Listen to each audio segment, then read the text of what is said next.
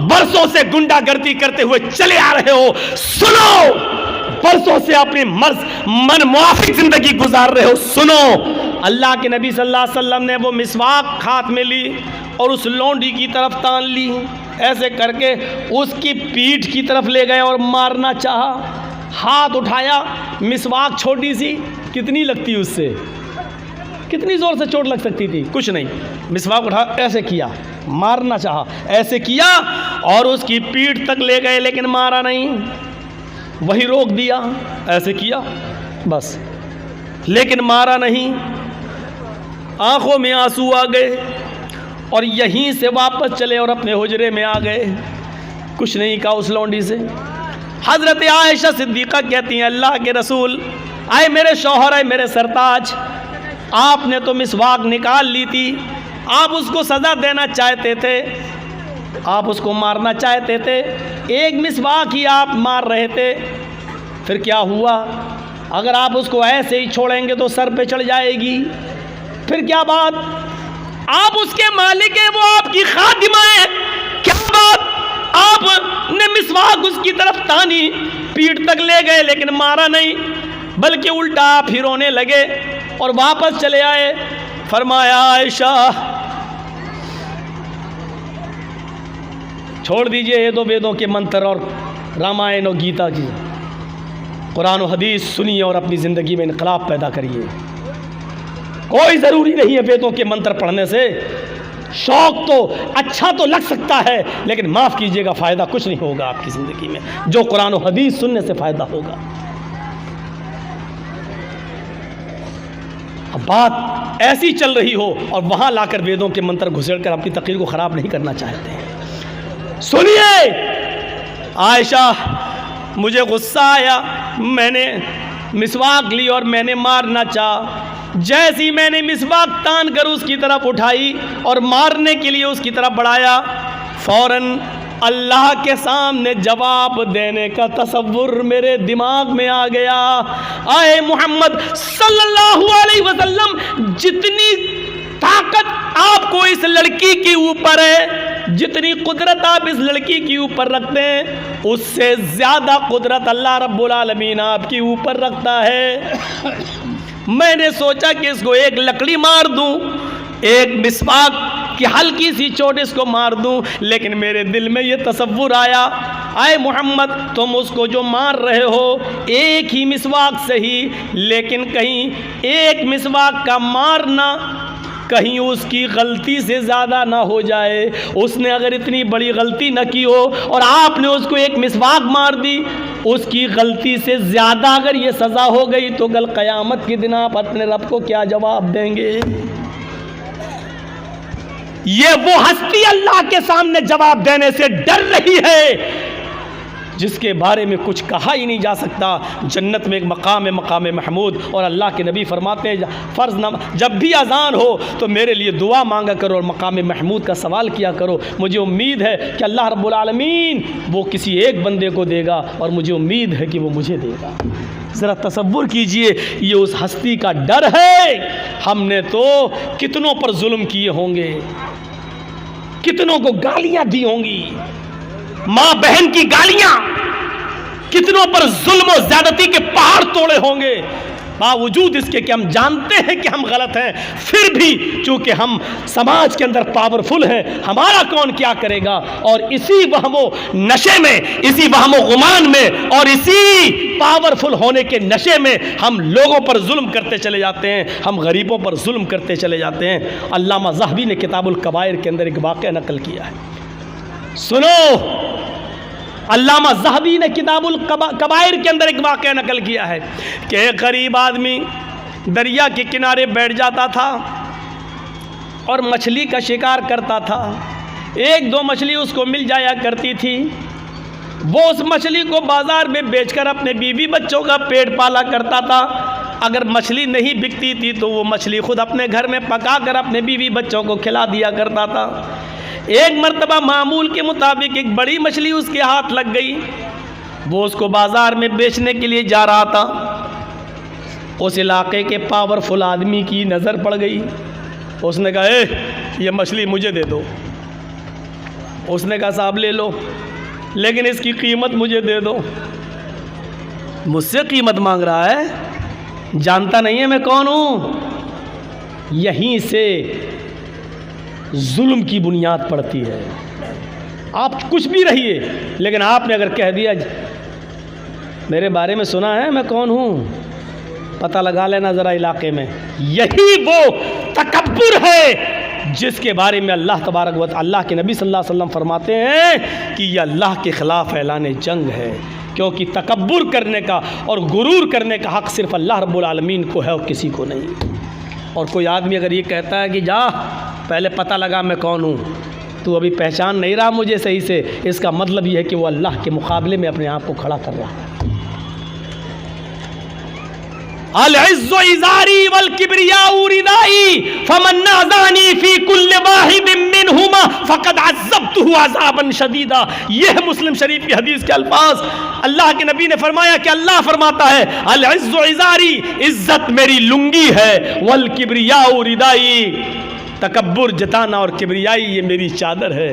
तुम दो कपड़े पहनते हो ना, एक ऊपर का हिस्सा ढांकने के लिए, एक नीचे शर्मगाह का हिस्सा, एक कुर्ता एक पैजामा, एक कमीज़ और एक लुंगी, दो कपड़े आप पहनते हो। अल्लाह कहता है कि मैं भी दो कपड़े पहनता हूँ, और दो कपड़े क्या हैं? अल-इज़्ज़ु इज़ारी, इज़्ज़त ये मेरी लुंगी है, वल किब्रियाउ रिदाई, तकब्बुर किब्रियाई गुरूर और घमंड ये मेरी चादर है।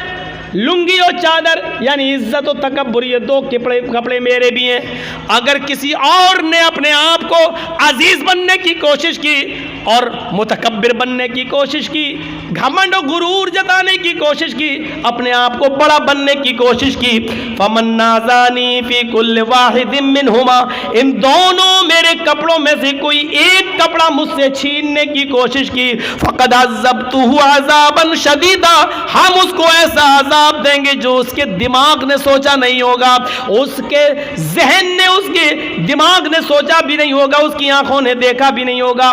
शदीद अजाब, सख्त अजाब हम देंगे उसको क़यामत के दिन। अल्लाह के रसूल ने घमंडी लोगों के बारे में क्या कह दिया? जिसके अंदर थोड़ा सा घमंड आ जाए, बहुत ज़्यादा नहीं, सरकार है मेरी, मैं गांव का मुखिया हूँ, सरपंच हूँ, मेरा कोई कुछ नहीं कर सकता, ये जहाँ से पैदा हो जाएगा। यूपी में लखीमपुर खीरी में क्या हुआ? उस लड़के ने जो गाड़ी चढ़ाई किसानों के ऊपर, उसके दिल में यही तो था कि मैं तो एक मंत्री का बेटा हूँ, मेरा कौन क्या करेगा।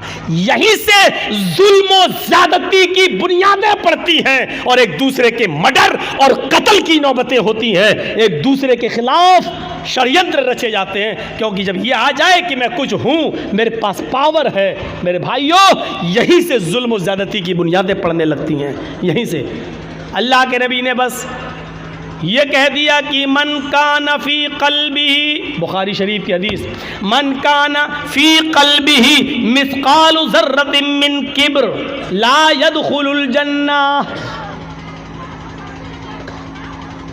मन कान फी क़ल्बिही मिस्क़ालु ज़र्रा, ज़र्रा किसको कहते हैं? ज़र्रा। कभी आपने बालू देखी, रेत? आप तो जिस इलाके के रहने वाले हैं, यहाँ तो रेत ही रेत है। नदी के किनारे रेत मिल जाएगी, रेत में ज़र्रे होते हैं, ज़र्रे हल्के से। मैं उसकी मिसाल दे देता हूँ, चलिए, चींटी का सर, चींटी का सर कितना बड़ा होता है? अब आप तसव्वुर कर लीजिए, चींटे का नहीं, चींटा तो बहुत बड़ा सर रखता है, चींटी का सर ये ज़र्रा कहलाता है, ज़र्रा इतना बड़ा होता है। अल्लाह के नबी ने फरमाया मन काना फी क़ल्बिही मिस्क़ालु ज़र्रतिन मिन किब्र, चींटी के सर के बराबर, सरसों के दाने के बराबर, राई के दाने के बराबर भी अगर किसी इंसान के दिल में तकब्बुर आ जाए, घमंड आ जाए, ला यदखुलुल जन्नह, ऐसा आदमी जन्नत के अंदर दाखिल नहीं होगा। किसके अंदर इतना घमंड नहीं है? ला यदखुलुल जन्नह, ऐसा आदमी जन्नत के अंदर दाखिल नहीं होगा। घमंड और तकब्बुर करने का हक सिर्फ अल्लाह रब्बुल आलमीन को है, अल्लाह रब्बुल आलमीन। तो बात कट गई। वो जालिम आदमी पावरफुल था, कहता है मुझसे पैसे मांग रहा है, उसने कहा मेरे भाई, यही मेरा जरिए माश है। अगर आपने मुझे पैसे नहीं दिए, इसकी कीमत नहीं दी, तो मेरे बीवी बच्चे भूखे मर जाएंगे। बड़ी मेहनत के बाद ये मछली मेरे हाथ लगी है, मेरे बीवी बच्चों के पेट पे लात मत मार। उसने कहा चुप। मछली उससे छीनी और जाने लगा। मछली उससे छीनी और जाने लगा।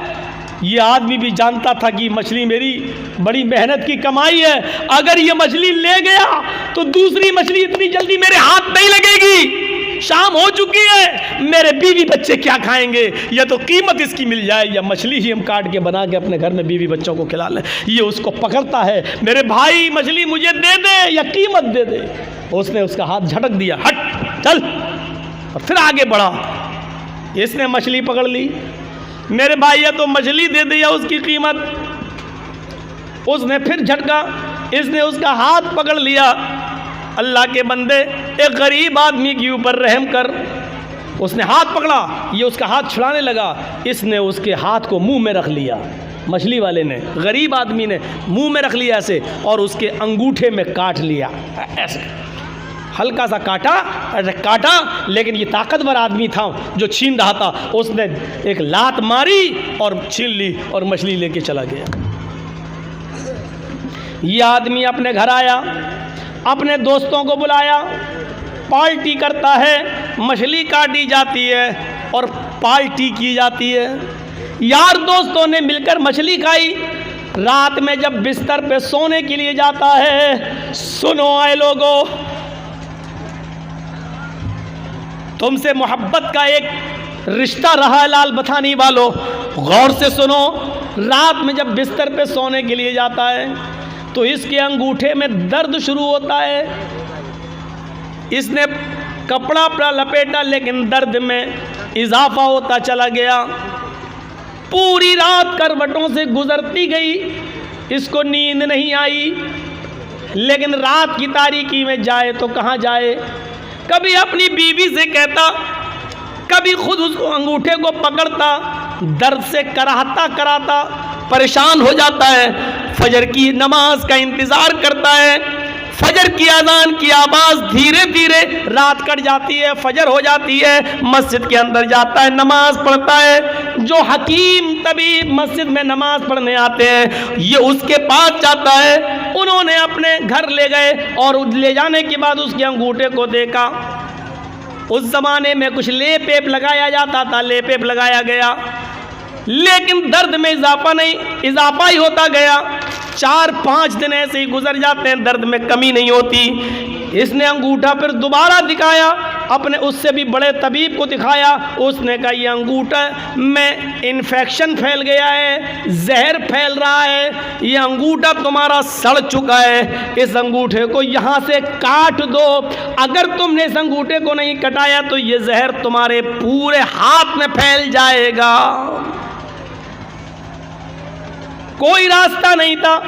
5-6-10 दिन के अंदर अंदर ये तैयार हो जाता है कि चलो अंगूठा ही कटवा दो, कम से कम हाथ तो बच जाएगा। फिर उसने उस अंगूठे को कटवा दिया। 1 महीना 2 महीना कट गया, लेकिन उसका कुछ उन्सुर बाकी रह गया था। उसने धीरे धीरे पूरे पंजे को ख़राब कर दिया। फिर दर्द बढ़ने लगा।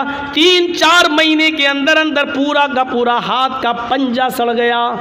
हकीम को दिखाता, तबीब को दिखाता है। तबीब ने कहा ऑपरेशन में कुछ कमी रह गई होगी, इसलिए थोड़ा सा कुछ उन्सुर बाकी रह गया, तुम्हारा पूरा का पूरा हाथ ये पंजा सड़ गया है। देखो पूरा हाथ खराब हो जाएगा, इलाज इसका एक ही है कि तुम पूरा का पूरा हाथ का पंजा कटवा दो।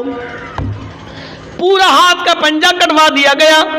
3-4 महीने फिर कट जाते हैं, लेकिन थोड़ा सा उन्सुर फिर बाकी रह जाता है। वो पूरा धीरे धीरे कलाई तक फैल जाता है। तबीब ने कहा ये कलाई कटवा दो, नहीं तो पूरा बाजू काटना पड़ेगा। कलाई कट जाती है। 3-4 महीने के बाद ये बाजू तक जहर फैल जाता है। तबीब ने कहा पूरा का पूरा बाजू कटेगा, नहीं तो ये जहर पूरे जिस्म के अंदर फैल जाएगा। एक बड़ा हकीम कहने लगा मैं बार बार तुम्हारा इलाज तो बिल्कुल ठीक कर रहा हूं, लेकिन पता नहीं ये जहर तुम्हारे जिस्म में ऊपर तक कैसे चला जाता है। अच्छा मुझे इस बीमारी की शुरुआत बताओ कैसे होती है।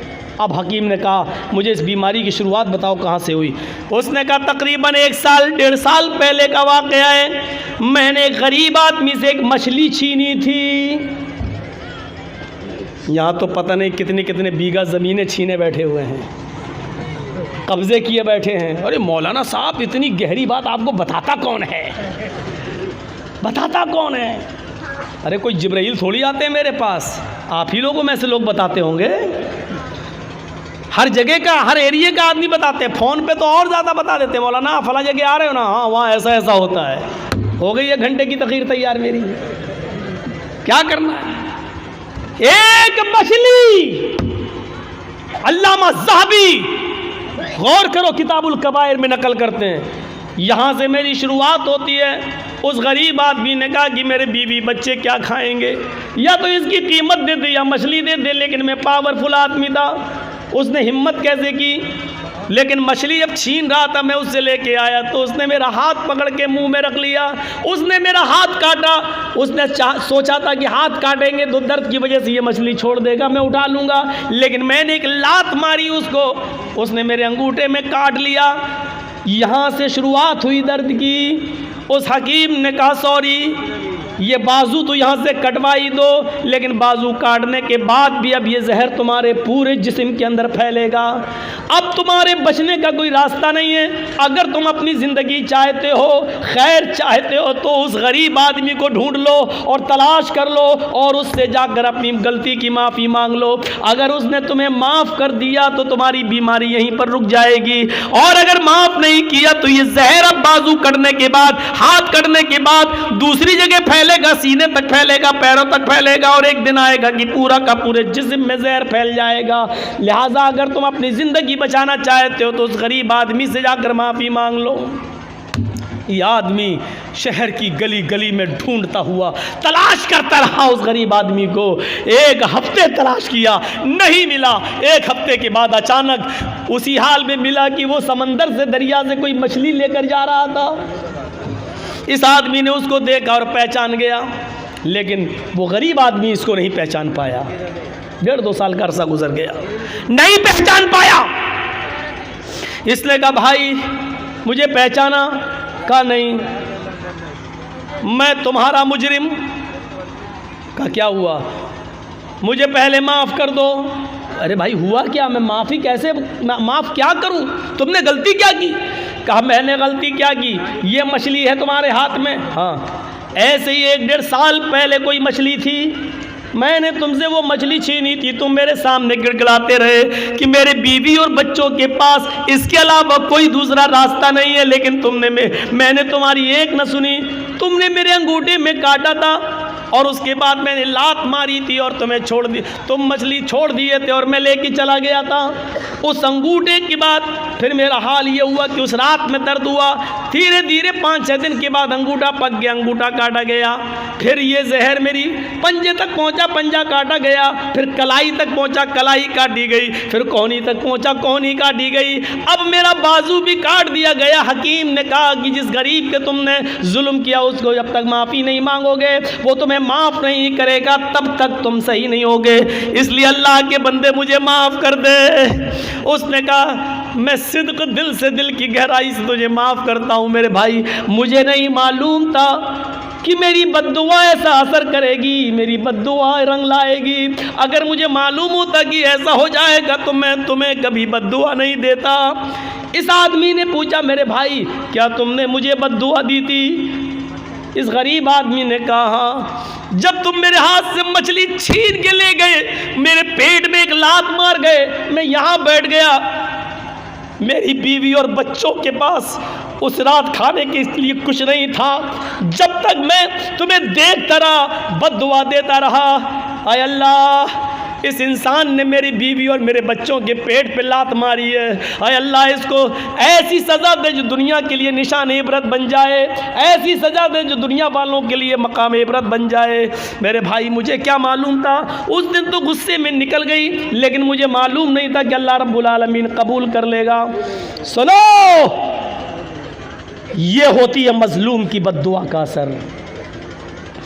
इसीलिए अल्लाह के नबी सल्लल्लाहु अलैहि वसल्लम ने कहा था, इत्तक़ी दावतल मजलूम, मजलूम की बद्दुआ से बचना। इसलिए कि मजलूम जब कोई बद्दुआ देता है तो उस बद्दुआ को आसमान के पर्दे भी रोक नहीं पाते, सातों आसमान के दरवाजे उसके लिए खुल जाते हैं।